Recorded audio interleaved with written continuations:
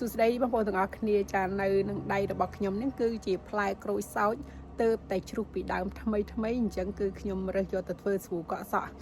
ហើយផ្ទះរបស់ខ្ញុំនេះគឺថាមានដើមចេកដើមរំដេងដើមក្រូចសើច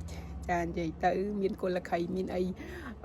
ចង់និយាយថាដល់ពេលដែលមានគ្រឿងផ្សំទាំងនេះនៅក្នុងផ្ទះចាភាគច្រើនគឺថាមាន